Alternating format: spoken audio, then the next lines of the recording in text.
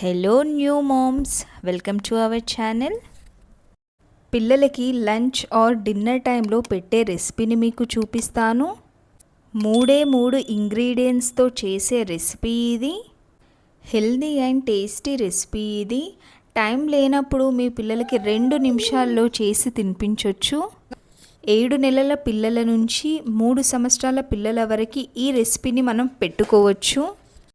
Dinner టైంలో ఈ రెసిపీని పిల్లలకి ఇస్తే చక్కగా నిద్రపోతారు. ఇందులో విటమిన్ ఏ ఉంటుంది. పిల్లల ఐస్ హెల్తీగా ఉండడానికి ఈ రెసిపీ చాలా ఉపయోగపడుతుంది. పిల్లలకు చిటికెలో చేసుకునే రెసిపీస్ కోసం ఈ వీడియోని లైక్ చేయండి.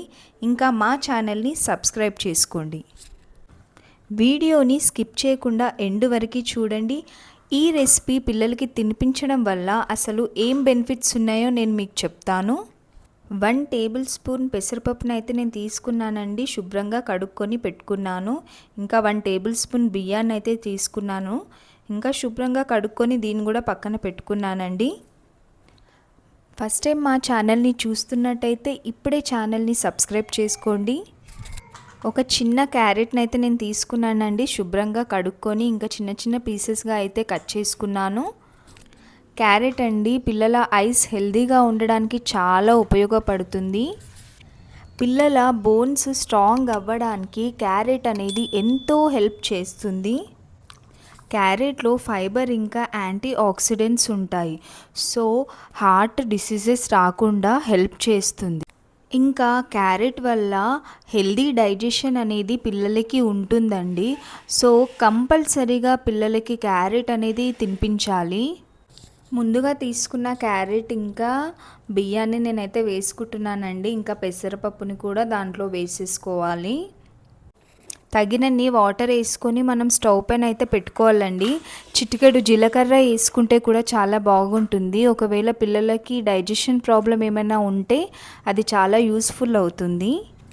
మీడియం ఫ్లేమ్లో పెట్టుకొని మనం ఉడికించుకోవాలండి. అయితే ఎప్పుడైతే పిల్లలు 7th మంత్ పడగానే మనం ఇంకా మిక్సీ పట్టకుండా స్మాష్డ్ ఫుడ్ కూడా వాళ్ళకి అలవాటు చేయాలండి. స్మాష్డ్ ఫుడ్ కూడా పిల్లలకి అలవాటు కావాలి.